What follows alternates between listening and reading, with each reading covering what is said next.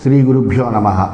గురుర్బ్రహ్మా గురుర్విష్ణు గురుర్దేవో మహేశ్వరః గురుః సాక్షాత్ పరం బ్రహ్మ తస్మై శ్రీ గురవే నమః. అస్మద్గురుచరణ పాదారవిందాభ్యాం నమః.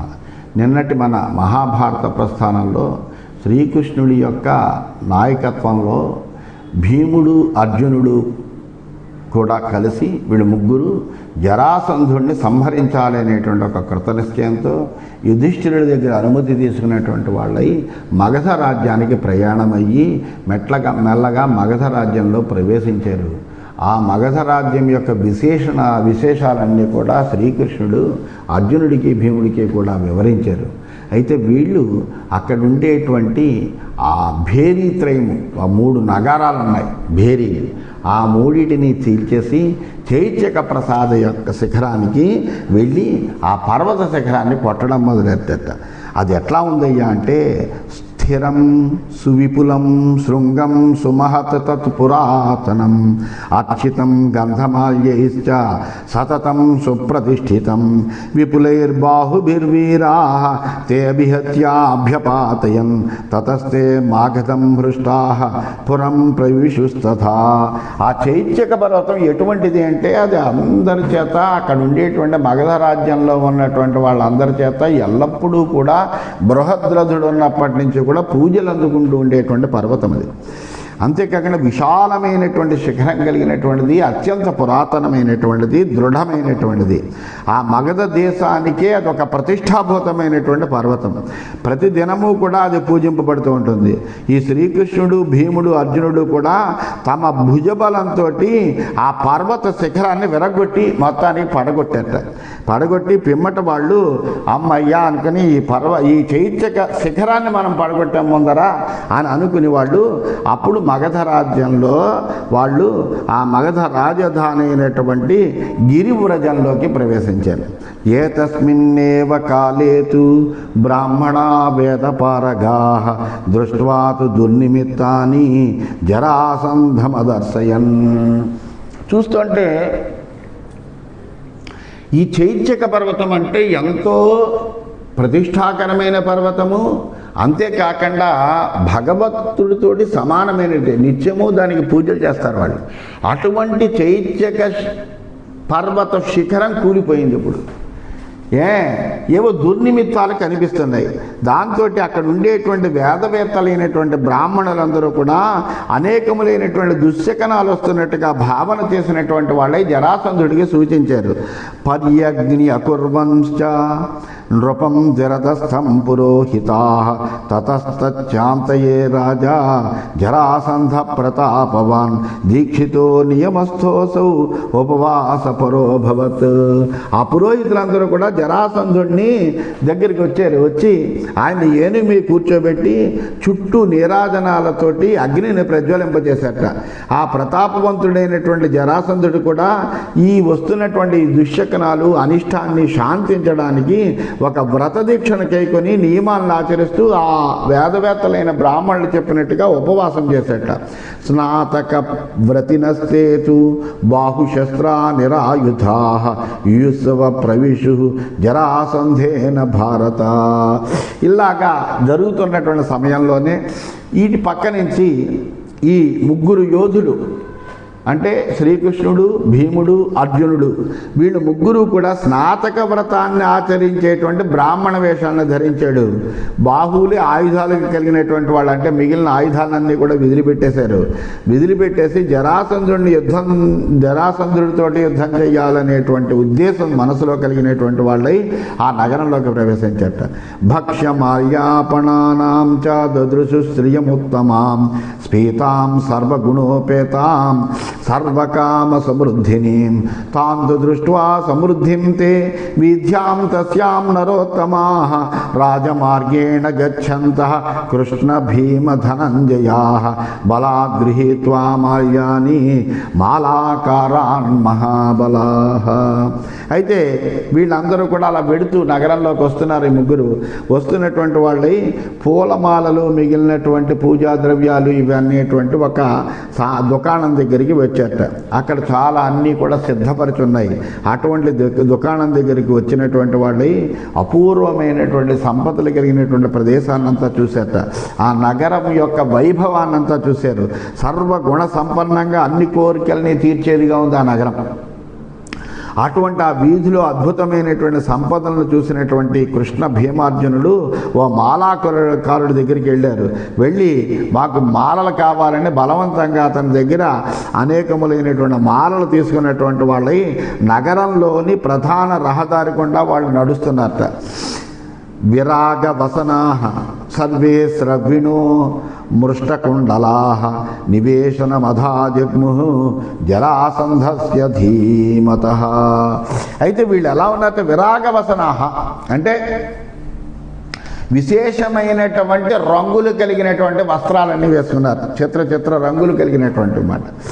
మెడలో ఇంకా సర్వేశ్వరగ్ని మా మెడలో మాలలు వేసుకున్నారట. మృష్ట కుండలా మెరిసేటువంటి కుండలాలు పెట్టుకున్నారట చక్కగా. అలా పెట్టుకున్నటువంటి వాళ్ళే ముగ్గురు కూడా ఆ జరాసంధుడి యొక్క భవన సమీపానికి చేరట. అటువంటి వేషాలతో వెళ్ళు. గోవాసమివ వీక్షంతః సింహా హైమవతా యథా శాలస్తంభ నిభాస్తేషాం చందనా గురురూషితాః అశోభంత మహారాజా బాహవో యుద్ధశాలినాం. అయితే హిమాలయ పర్వతంలో గోవులు ఎక్కడైనా కనిపిస్తాయేమో అని వెతికేటువంటి సింహాల్లా ఉన్నట్ట. అంటే వృషభాలని వేటాడేటువంటి సింహాల్లా ఉన్నట్ట. అటువంటి సింహాల వలె ఆ ముగ్గురు కూడా రాజభవనాన్ని వెతుక్కుంటూ ముందుకు వచ్చారట. ఆ సమయంలో వాళ్ళ భుజాలు ఎటువంటివి ఎలా ఉన్నాయి అంటే మధ్య మానుల్లా ఉన్నాయటంటే మహాబల పరాక్రమం కలిగినటువంటి దృఢమైనటువంటి బాహువులు కలిగినటువంటి వాళ్ళు. మంచు గంధం అగరుధూపం వేయబడి యుద్ధానికి ఉద్యుక్తులైనటువంటి వాళ్ళ బాహువుల్లాగా బాహువులు కలిగినటువంటి వాళ్ళే వాళ్ళు ముగ్గురు వచ్చారట. అక్కడికి వచ్చేటప్పటికి తాన్ దృష్ట్వా ద్విరద ప్రఖ్యాం శాలస్కంధా నివోద్యతాన్ వ్యూఢోరస్కాన్ మాగధానాం విస్మయం సమపజ్యత. అయితే వీళ్ళ భుజాలు చూస్తుంటే మహాబల పరాక్రమం కలిగినటువంటి అంటే సాల వృక్షాల యొక్క మానుల్లాగా ఉన్నతమైనటువంటి విశాలమైనటువంటి వక్షస్థలం కలిగినటువంటి గజరాజుల్లా ఉన్నట్టే ముగ్గురు కూడా. అలా ఉన్నటువంటి వీరులను చూసి ఆ మాగధులందరూ కూడా అక్కడ ఉన్నటువంటి వాళ్ళందరూ కూడా చూసి చాలా ఆశ్చర్యపోతున్నారు.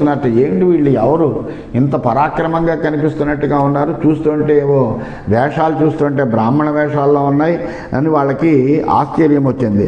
తేత్వతీర్చ జనాకీర్ణా కక్షాస్తిస్రో నరర్షభా అహంకారేణ రాజానం ఉపతస్థుర్గతవ్యథాః. ఆ నరశ్రేష్ఠులు కూడా జనులచే బాగా అంటే అనేక మంది జనులు అటు ఇటు తిరుగుతున్నారు. అలా వాళ్ళతో నిండిపోయినటువంటి 3 ద్వారాలని కూడా దాటి భయం లేకుండా నిశ్చింతగా అభిమానవంతులై రాజు అయినటువంటి జరాసంధుడి దగ్గరికి వాళ్ళు సాక్షాత్తుగా వచ్చేట. తాన్ పాద్య మధుపర్కార్హాన్ గవార్హాన్ సత్కృతింగతాన్ ప్రత్యుత్థాయ జరాసంధ ఉపతస్థే యథావిధి. అయితే మరి బ్రాహ్మణ వేషాల్లో వచ్చారు, చూస్తుంటే మహాయోధుల్లా కనిపిస్తున్నారు. అయినప్పటికీ కూడా చాలా బ్రాహ్మణులై అంటే గోదానాలకి అర్హులై ఉన్నటువంటి వాళ్ళు గొప్పగా సంస్కారం పొందినటువంటి వాళ్ళలా ఉన్నారనే ఉద్దేశంతో జరాసంధుడు వెంటనే లేచి వాళ్ళకి పాద్యాన్ని మధుపర్కాన్ని గోదానాన్ని ఇవ్వడం కోసమని ఆయన గౌబ ఎదురేగి ఆ జరాసంధుడు విధి విధానంగా అతిథి సత్కారాలన్నీ కూడా వాళ్ళకి చేశాడయ్యా. ఉవాచ చైతాన్ రాజాసౌ స్వాగతం భోస్త్వితి ప్రభు మౌనమాసీత్ తదా పార్థ భీమయోర్జునమేజయా. భీమయోః జనమేజయా ఉవాచ చైతాన్ రాజాసౌ స్వాగతం భోస్త్వితి ప్రభు మౌనమాసీత్ తదా పార్థ భీమయోః జనమేజయా. తేషాం మధ్యే మహాబుద్ధి కృష్ణో వచనమబ్రవీత్ వక్తుం నాయాతి రాజేంద్ర ఏతయోర్నియమస్థయోః అర్వాంగ్ నిసీధాత్ వరతః త్వయా సార్ధం వదిష్యతః. అక్కడ వచ్చిన వాళ్ళకి స్వాగతం చెప్పాడు, ఎదురేకి వెళ్ళాడు, చక్కగా వాళ్ళందరికీ కూడా ఆ అర్ఘ్యపాద్యాదులన్నీ ఇచ్చి ఇవ్వవలసినటువంటి సత్కారాలన్నీ కూడా చేసి వాళ్ళని చక్కగా స్వాగతం పలికాడు. మీకు స్వాగతం అయ్యా అంటూ వాళ్ళని అందరినీ కూడా పిలిచాడు. పిలిచి వాళ్ళని అందరినీ తీసుకొచ్చిన తర్వాత ఆ సమయంలో మటుకు భీముడు అర్జునుడు మటుకు చాలా మౌనంగా ఉన్నట్ట. వాళ్ళలో బుద్ధిమంతుడైనటువంటి శ్రీకృష్ణుడు మటుకు జరాసంధుడితో ఇలా మాట్లాడుతున్నట్టు, రాజా వీళ్ళిద్దరూ చాలా నియమాలు కలిగినటువంటి వాళ్ళయ్యా, గొప్ప నియమాలు కలిగినటువంటి వాళ్ళు. అందువల్ల వీళ్ళు నీతో అర్ధరాత్రికి ముందు మాట్లాడరు. వీళ్ళు మౌనంగా ఉన్నారు, ఏం మాట్లాడరు ఏమీ నువ్వు అనుకోకూడదు. ఎందుకంటే వీళ్ళు గొప్ప నియమంతో ఉన్నవాళ్ళు. అర్ధరాత్రి దాటిన తర్వాత నీతో మాట్లాడతారు. అందువలన అర్ధరాత్రి వరకు కూడా వీళ్ళు నీతో మాట్లాడరు. అర్ధరాత్రి సమయంలో నీతో మటుకు మాట్లాడగలుగుతారయ్యా అని చెప్పాడు.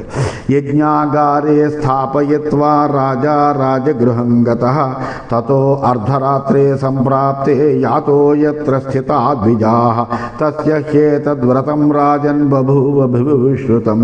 జరాసంధుడు వెంటనే వాళ్ళని యాగశాలలో కూర్చోబెట్టాడు.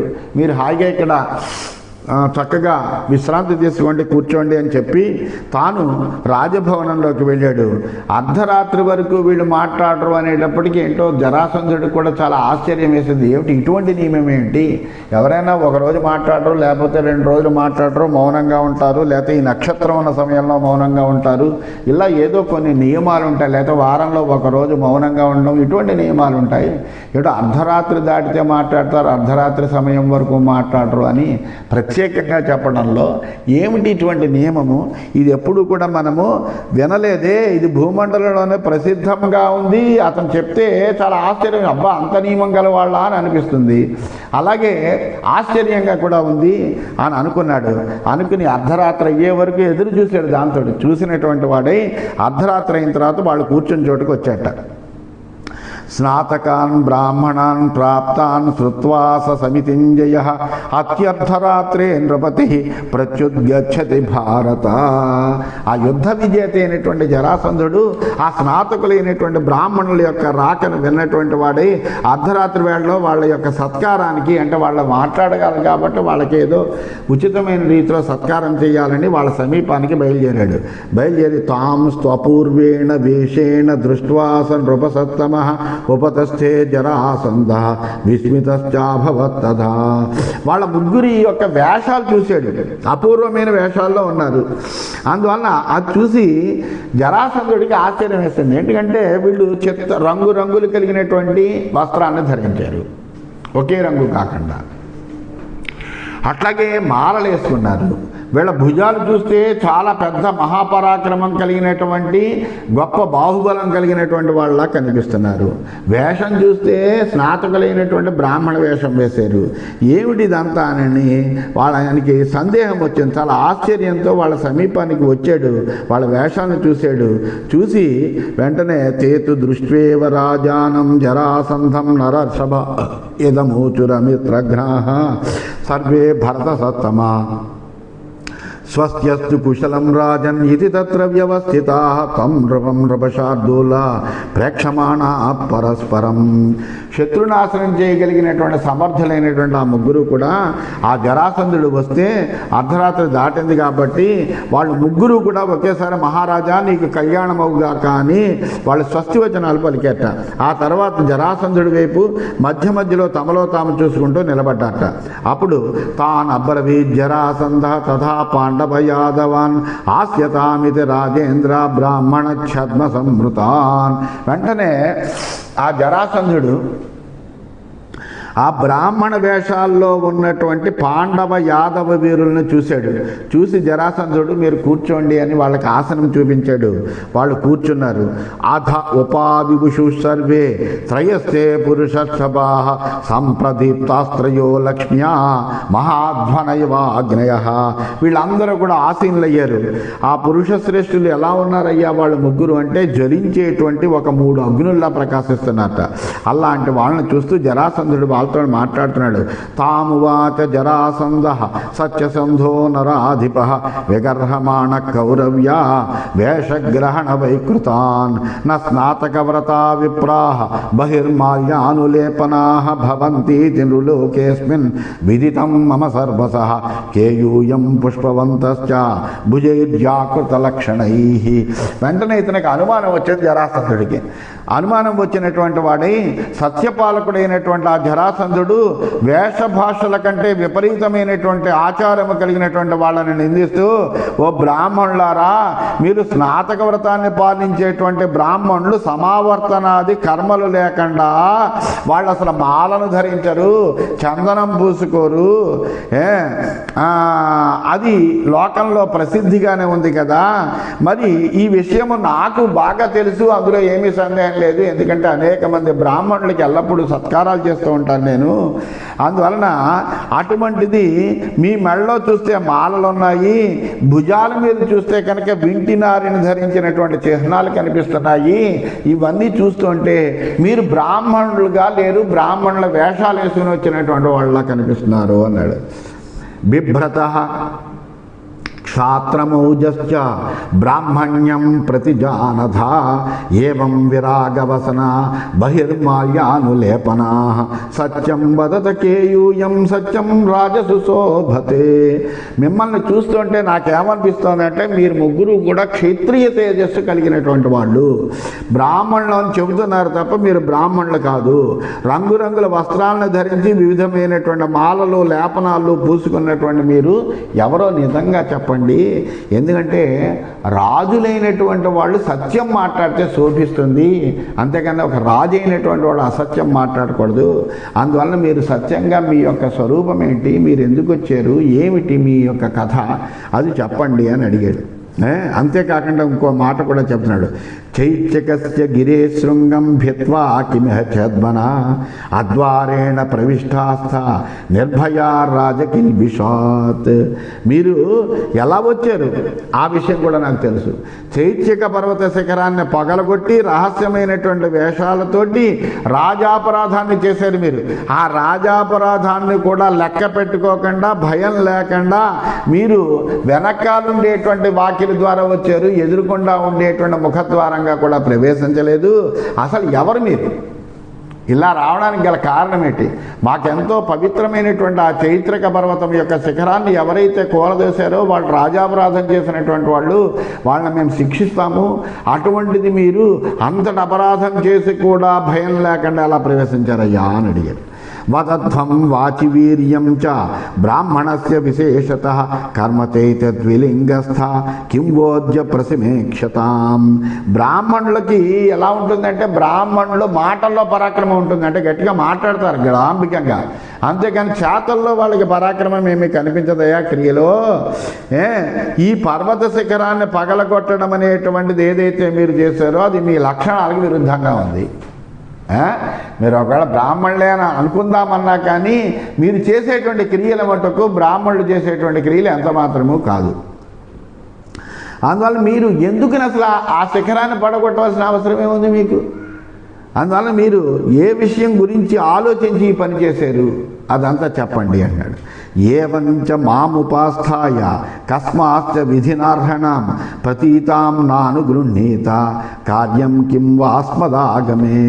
నా దగ్గరికి వచ్చారు, వచ్చినటువంటి వాళ్ళు మీకు వెంటనే నేను ఏదో పూజ చేద్దాము సత్కారం చేద్దాము అంటే వీళ్ళు అర్ధరాత్రి వరకు మాట్లాడరు, నియమం కలిగినటువంటి వాళ్ళు తర్వాత మాట్లాడతారు అని చెప్పావు నువ్వు. అందువలన అంటే విధి పురస్సరమైనటువంటి పూజను నేను చేసేటువంటి పూజను స్వీకరించాలి కదా, అది స్వీకరించట్లేదు. నా దగ్గరికి ఇలా రావడం వల్ల ఏమిటి, మీరు ఏ ప్రయోజనాన్ని ఆశించి వచ్చారు? నా దగ్గరికి రావాల్సిన పనే ఉంది, మీతో నాకు పరిచయం ఏం లేదు, మీరెవరో నాకు తెలవదు. అటువంటిప్పుడు మీరు ఇక్కడికి రావాల్సిన పని ఏముంది? వస్తువు మామూలు సాక్షాత్తుగా మామూలుగా రాకుండా ఇలా ప్రచ్ఛన్న వేషాలతో రావాల్సిన పని ఏముంది?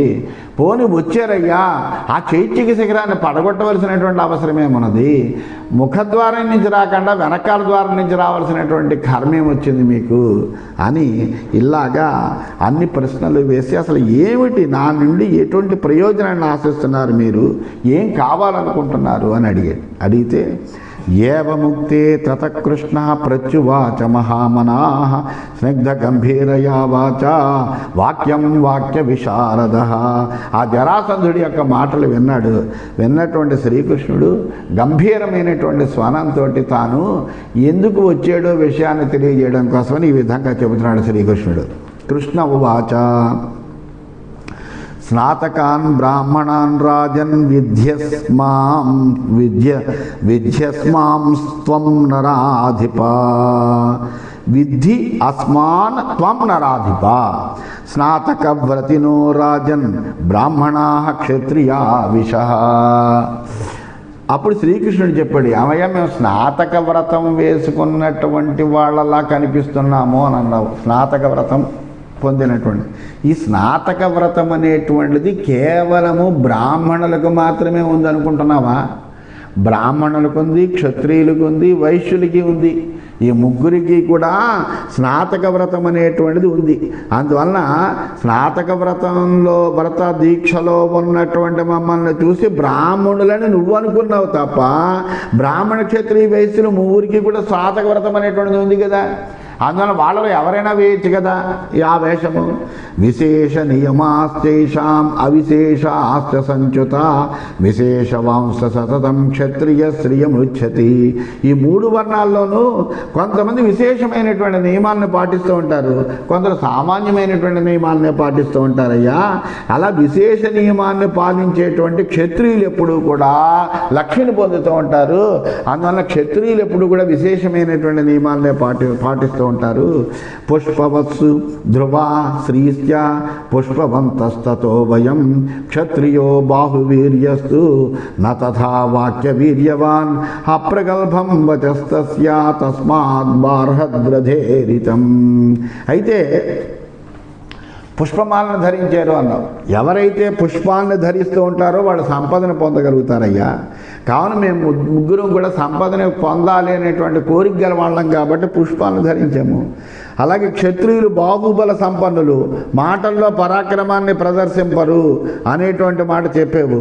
బృహద్రథ కుమారుడు అయినటువంటి నువ్వు అందరి గురించి తెలిసినటువంటి వాడివే. అందువలన క్షత్రియుల యొక్క వచనాలు ఏవైతే ఉన్నాయో అవి వినయముతో కూడి ఉంటాయని ప్రసిద్ధి పొందినటువంటిది. అందువలన స్వవీర్యం క్షత్రియాణాంతు బాహోర్ధాత అన్యవేశయత్ తత్ దిదృక్షసి చేత్ రాజన్ ద్రష్టాసి అద్య న సంశయః. క్షత్రియుల యొక్క బలము వాళ్ళ క్రియల్లో ఉంటుంది అని అన్నావు. క్రియలంటే ఏంటి? బ్రహ్మ వాళ్ళ యొక్క భుజాల్లో పెట్టాడు. అందువలన అది వాళ్ళకి అంటే నువ్వు ఈ భుజబలం కలిగినటువంటి వాళ్ళు అని అన్నావు. దానికి కారణం ఏంటంటే క్షత్రియుల యొక్క బలము బ్రహ్మ వాళ్ళ భుజాల్లో ఉంచాడు కాబట్టి ఆ భుజబలం చూడాలనేటువంటి కోరికే కనుక నీకుంటే కనుక అది తప్పనిసరిగా నువ్వు చూడగలవయ్యా. అద్వారేణ రిపోర్గేహం ద్వారేణ సుహృదో గృహాన్ ప్రవిశంతి నరాధీరాః ద్వారాణి ఏతాని ధర్మతః. ధీరులైనటువంటి వాళ్ళు శత్రువుల యొక్క గృహాల్లోకి ప్రవేశించేటప్పుడు ఎప్పుడు కూడా ప్రధానమైనటువంటి ద్వారం గుండా ఎప్పుడూ ప్రవేశించరయ్యా. అందువలన మిత్రుల ఇళ్లలోకి వెళ్తే మట్టుకు ప్రధానమైన ద్వారంలో ప్రవేశిస్తారు. అందువల్ల శత్రుమిత్రుల యొక్క విషయంలో ధర్మంగా ఇవే చెప్పారు, వెనక ద్వారం గుండానే ప్రవేశించాలి శత్రువు గృహంలోకి, మిత్రుడి గృహంలోకి వస్తే కనుక ముఖద్వారం గుండా ప్రవేశించాలి అని అలా చెప్పిన శాస్త్రవచనం ప్రకారమే మేము అంటే ప్రధానమైన ద్వారం కాకుండా వెనక మార్గం నుండి వచ్చామయ్యా. కార్యవంతో గృహానేత్య శత్రుతో నార్హణాం వయం ప్రతిగృహ్ణీమ తద్విద్ధి ఏతన్న శాశ్వతం వ్రతం. మేము ఒక కార్యార్థమే నీ దగ్గరికి వచ్చాం. ఎందుకు వచ్చామో అని అడిగావు కాబట్టి చెబుతున్నాం. మేము ఒక కార్యార్థమే వచ్చాము కాబట్టి శత్రువైనటువంటి నిన్ను మేము శత్రువుగా చూస్తున్నాం. అందువల్ల శత్రువు యొక్క గృహంలో ప్రవేశించినట్టుగా నీ గృహంలో ప్రవేశించాము. శత్రువు చేసేటువంటి పూజను మేము గ్రహించాం, అందువల్ల నీ పూజను మేము గ్రహించలేదు. ఈ విషయాలన్నీ కూడా నువ్వు బాగా అర్థం చేసుకో. ఇది మాకు ఎప్పటి నుంచో ఉన్న వ్రతం, అంతేకాని ఇవాళ కొత్తగా వచ్చినటువంటిది కాదు. మేము శత్రువుల దగ్గర పూజలు గ్రహించము, శత్రువుల ఇంటికి వెళ్ళినప్పుడు ప్రధాన ద్వారం గుండా ప్రవేశించము, అలాగే భుజబలం కలిగినటువంటి వాళ్ళమే, అందులో ఏమీ సందేహం లేదు. అందువలన మా భుజబలం చూడాలంటే కనుక నువ్వు చూడొచ్చు. అందువలన ఈ వ్రతాన్ని మేము ఇప్పుడు కొత్తగా మేము నేర్చుకున్నటువంటిది కాదయ్యా, పూర్వం నుంచి మేము ఆచరిస్తున్నటువంటి వ్రతమే అని శ్రీకృష్ణ పరమాత్మ జరాసంధుడితో పలికాడు. ఇది శ్రీమన్ మహాభారతే సభాపర్వణి జరాసంధ పర్వణి శ్రీకృష్ణ జరాసంధ సంవాదే ఏకవింశోధ్యాయ. ఈ విధంగా మహాభారతంలో సభాపర్వంలో జరాసంధ వధ పర్వం అనే ఉపపర్వంలో కృష్ణ జరాసంధ సంవాదం అనేటువంటి 21వ అధ్యాయమైంది. 22వ అధ్యాయంలోకి మనం ప్రవేశించాం. అప్పుడు జరాసంధుడు మాట్లాడుతున్నాడు. నస్మరామి కదా వైరం కృతం యుష్మాభిరుచ్యుత చింతయంశ్చన పశ్యామి భవతాం ప్రతివైకృతం. వెంటనే ఆయన చెబుతున్నాడు, ఇదేమిటయ్యా, మిమ్మల్ని అసలు నేను ఇప్పటివరకు చూడలేదు, మీతో నాకు అసలు శత్రుత్వము లేదు, మీతో ఎప్పుడు నేను యుద్ధం కూడా చేయలేదు, మీరైతే ఇటువంటి వేషాల్లో వచ్చారు, అందువల్ల మీతో నాకు యుద్ధ కారణం ఎంత ప్రయత్నించినప్పటికీ నాకు గుర్తు రావట్లేదు, ఎంత ఆలోచించినా మన మధ్యన ఏదో వైరం ఉన్నది అనేటువంటి భావమే నాకు తెలవట్లేదు. అందువలన ఆ విషయం ఏమిటి, మీరు నాకు శత్రువులు ఎలా అయ్యారు? వైకృతే వా సతి కథం అన్యధ్వం మాం అనాగసం అరిం వై బ్రూత హే విప్రాహ సతాం సయమ ఏషహి. ఓ బ్రాహ్మణ వేషంలో ఉన్నారు కాబట్టి బ్రాహ్మణులారా అనే సంబోధిస్తున్నాడు. ఓ బ్రాహ్మణులారా, నేను మీ పట్ల అపకారం చేయనప్పుడు మీకు మాకు శత్రుత్వం ఏం లేదు, నేనేం మీకు ఇంతవరకు అపకారం ఏం చేయలేదు, అటువంటిప్పుడు నేను శత్రువుని ఎలా అవుతాను? అందువల్ల శత్రువు నుండి పూజను గ్రహించను అని నిష్కర్షగా చెప్తావేంటి, అసలు శత్రువుని ఎలా అవుతాను? ఆ విషయం చెప్పు. అంతేకాకుండా అది సత్పురుషుల నియమం ఎలా అవుతుంది? నేను శత్రువునే కానప్పుడు శత్రువుని అనడం అనేటువంటిది. అధ ధర్మోపఘాతాద్ధి మనః సముపతప్యతే యో అనాగసి ప్రసజతి క్షత్రియో హి న సంశయః హతో అన్యథాచరం లోకే ధర్మజ్ఞ సన్మహారథ వృజినాంగతిమాప్నోతి శ్రేయసోపి ఉపహంతి చ. అయితే ధర్మానికి ఎక్కడైనా కానీ బాధ కలిగితే కనుక తప్పకుండా నా మనస్సుకి బాధ కలుగుతుందయ్యా. ధర్మజ్ఞుడైనటువంటి క్షత్రియుడు నిరపరాధి పట్ల విపరీతమైనటువంటి ఆచరణం ఏది కూడా చెయ్యడు. నిరపరాధులను బాధించినటువంటి క్షత్రియుడు ధర్మాన్ని ధనాన్ని కూడా పోగొట్టుకుని కష్టాన్ని పొందుతాడు. అందువల్ల క్షత్రియ ధర్మం ఏంటంటే ఎప్పుడూ కూడా నిరపరాధుల్ని దండించకూడదు. ఏ విధమైనటువంటి ఆ అపరాధం చేయనటువంటి వాడి మీద తన ప్రతాపాన్ని చూపించకూడదు అనేటువంటి విషయం మీకు తెలిసినదే కదా. అలా చేస్తే ఎవడైనా వాడు తన శ్రేయస్సుని పొందలేడయ్యా, శ్రేయస్సుకి దూరం అవుతాడు. ఇది సత్యమైనటువంటి విషయము. త్రైలోక్యే క్షత్రధర్మో హి శ్రేయాన్వై సాధుచారిణాం నాణ్యం ధర్మం ప్రశంసంతి ఏ చ ధర్మవిదో జనాః. అయితే ఈ క్షత్రియ ధర్మము ఈ లోకమనే కాదు, ముల్లోకాల్లోనూ కూడా క్షత్రియ ధర్మం శ్రేష్టమైనటువంటిదే. ఇదే విధంగా చెబుతారు. ఎందుకంటే సజ్జన ధర్మాన్ని పాలించేటువంటి ముల్లోకాల్లోనూ కూడా ఇది శ్రేష్టమైన ధర్మంగా చెబుతారు.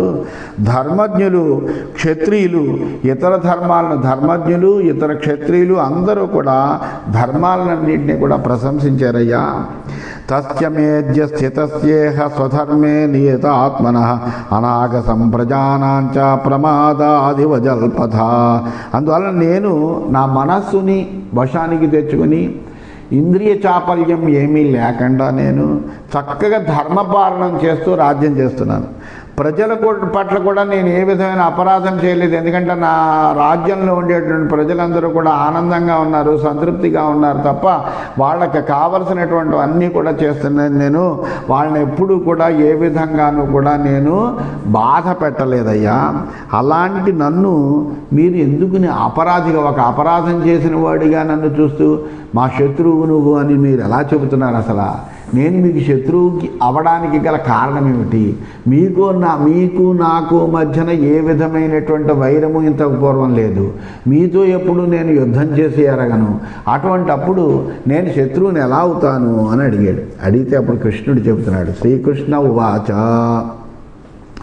కులకార్యే మహాబాహో కశ్చిదేకః కులోద్వహ వహతే యస్తన్నియోగాత్ భయమభ్యుద్యతాస్త్వయి. ఓ మహాబాహు, మంచి కులంలో ఉండేటువంటి ఒక్కడే వంశభారాన్నంతా మోస్తాడు. అనేక మంది ఉండొచ్చు, ఒక కులంలో అనేక మంది పుట్టచ్చు, కానీ అందులో తప్పనిసరిగా ఒక ధర్మజ్ఞుడైనటువంటి వాడు ఆ కులభారాన్నంతటా మోస్తూ తాను ధర్మాచరణ చేస్తూ ఆ వంశానికి కీర్తి ప్రతిష్టలు తీసుకురావడానికి ఎప్పుడూ కూడా నిలబడి ఉంటాడయ్యా. అందువలన అలాగా అటువంటి కులరక్షణ అతని మీద ఆధారపడింది. అంటే ఒక కులరక్షణ అంటే ఎక్కడంటే ఒక క్షత్రియ కులంలో ఒక గొప్పవాడైనటువంటి ఒక రాజు ఉద్భవించినప్పుడు అతడు ఏం చేయాలంటే తన యొక్క పరాక్రమంతో తన యొక్క చేసేటువంటి ధర్మపాలనతోటి ఆ కులం మీద, ఆ క్షత్రియ కులం మీద ఏ విధమైనటువంటి మత్స రాకుండా చాలా జాగ్రత్తగా అతను దాని యొక్క భారాన్నంతా తానే మోస్తూ ఒకప్పుడు చేస్తూ ఉంటాడు. అందువల్ల కుల రక్షణ అనేటువంటిది అతని మీద పడుతుంది. అలాంటి ఒక మహాపురుషుడి యొక్క ఆజ్ఞానుసారంగా మేము మిమ్మల్ని శిక్షించడానికి వచ్చామయ్యా నిన్ను, లేకపోతే మాకు ఇక్కడికి రావాల్సినటువంటి పనేం లేదు అంటూ దీని పూర్వరంగాన్నంతటినీ కూడా శ్రీకృష్ణుడు జరాసంధుడికి చెబుతున్నాడు. ఆ మిగిలిన విషయాలన్నీ రేపు చెబుతాడని తెలియజేస్తూ స్వస్తి.